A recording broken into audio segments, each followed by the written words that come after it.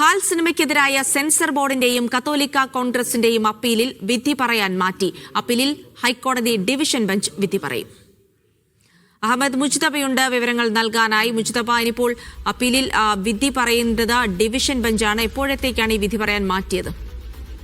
2 ദിവസത്തിനകം ഈ കേസുമായി ബന്ധപ്പെട്ട വിധി ഉണ്ടാകുമെന്നാണ് പ്രതീക്ഷിക്കുന്നത്. പ്രത്യേകിച്ച് സിംഗിൾ ബെഞ്ച് വിധിക്കെതിരെ കത്തോലിക്ക കോൺഗ്രസും സെൻസർ ബോർഡും ഉൾപ്പെടെ നൽകിയ അപ്പീലാണ് ഡിവിഷൻ ബെഞ്ച് പരിഗണിക്കുന്നത്. ആ വിഷയത്തിൽ ഇന്ന് വാദം കേൾക്കുകയും വാദം പൂർത്തിയാക്കുകയും വിശദമായ ഉത്തരവിന് വേണ്ടി മാറ്റുകയും ചെയ്തിട്ടുണ്ട്. പ്രത്യേകിച്ച് ചില കാര്യങ്ങൾ കോടതി ഹർജിക്കാരോട്, പ്രത്യേകിച്ച് കത്തോലിക്ക കോൺഗ്രസ് ഉൾപ്പെടെയുള്ള ആളുകളോട് കോടതി ചോദിക്കുന്നുണ്ട്.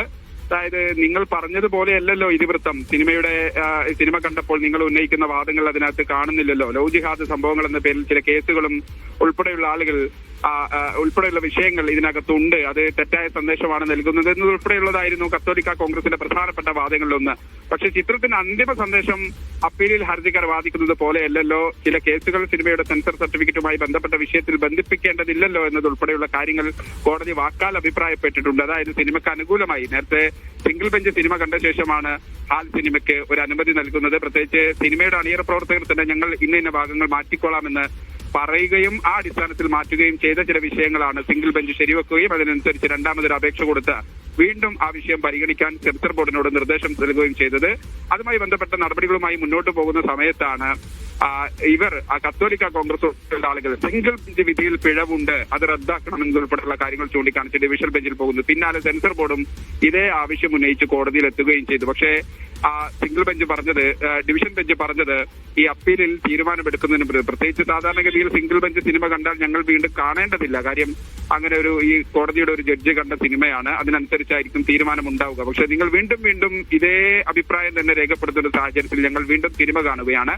അങ്ങനെ ഡിവിഷൻ ബെഞ്ച് 2 ജഡ്ജിമാർ ഉൾപ്പെടെയുള്ള സംഘം വീണ്ടും, അതായത് നേരത്തെ സിംഗിൾ ബെഞ്ചിന് പുറമെ വീണ്ടും 2 ജഡ്ജിമാർ ഹൈക്കോടതി ഡിവിഷൻ ബെഞ്ചിലെ ജസ്റ്റിസ് സുശ്രുത് ധർമാധികാരി ഉൾപ്പെടെയുള്ള അധ്യക്ഷനായ ഡിവിഷൻ ബെഞ്ച് സിനിമ കണ്ടു. അതിനുശേഷമാണ് ഇപ്പോൾ ചില കോടതികൾ നന്നായി സിനിമ ആസ്വദിച്ചിട്ടുണ്ട് എന്ന്, വളരെ നല്ല സിനിമ എന്ന രൂപത്തിൽ നേരത്തെ തന്നെ ജഡ്ജിമാർ ഈ വാദത്തിനിടയിൽ കമന്റ് പറയുകയും ചെയ്തിരുന്നു, വാക്കാലുള്ള നിരീക്ഷണം നടത്തുകയും ചെയ്തിരുന്നു. ഇന്നിപ്പോൾ വീണ്ടും ഈ വാദത്തിനിടെ കോടതി അതേ വിഷയങ്ങളാണ് നിങ്ങൾ ഉന്നയിക്കുന്നത് പോലെയുള്ള പ്രശ്നങ്ങൾ ഈ സിനിമയുടെ അന്തിമ സന്ദേശം നൽകുന്നില്ലല്ലോ. അന്തിമ സന്ദേശമാണ് ഒരു സിനിമയുടെ ആകത്തുക എന്ന് പറയുന്നത്. അതിനകത്ത് അങ്ങനെ പ്രശ്നങ്ങൾ കാണുന്നില്ലല്ലോ. മാത്രമല്ല, CBFCയോടും ചില ചോദ്യങ്ങൾ കോടതി ചോദിക്കുന്നുണ്ട്. പ്രത്യേകിച്ച് ഈ സിനിമയ്ക്ക് A സർട്ടിഫിക്കറ്റ് നൽകാൻ കാരണമായ ചില വിഷയങ്ങൾ ഉണ്ട്, അല്ലെങ്കിൽ അത്തരത്തിലുള്ള പ്രശ്നങ്ങൾ ഉണ്ട് എന്നാണ് അത് CBFC പറയുന്നത്. അത്തരം വിഷയങ്ങൾ ഇതിനകത്ത് കാണുന്നില്ലല്ലോ എന്നതുൾപ്പെടെയുള്ള കാര്യങ്ങളാണ് എന്തായാലും ജഡ്ജിമാർ പറഞ്ഞിരിക്കുന്നത്. എന്തായാലും വാദം പൂർത്തിയായി. ഇനി ഒരുപക്ഷെ 1-2 ദിവസത്തിനകം ഈ കേസുമായി ബന്ധപ്പെട്ട ഡിവിഷൻ ബെഞ്ചിന്റെ വിധിയും വരും. ശരി, അഹമ്മദ് മുജ്തബയാണ് വിവരങ്ങൾ നൽകിയത്.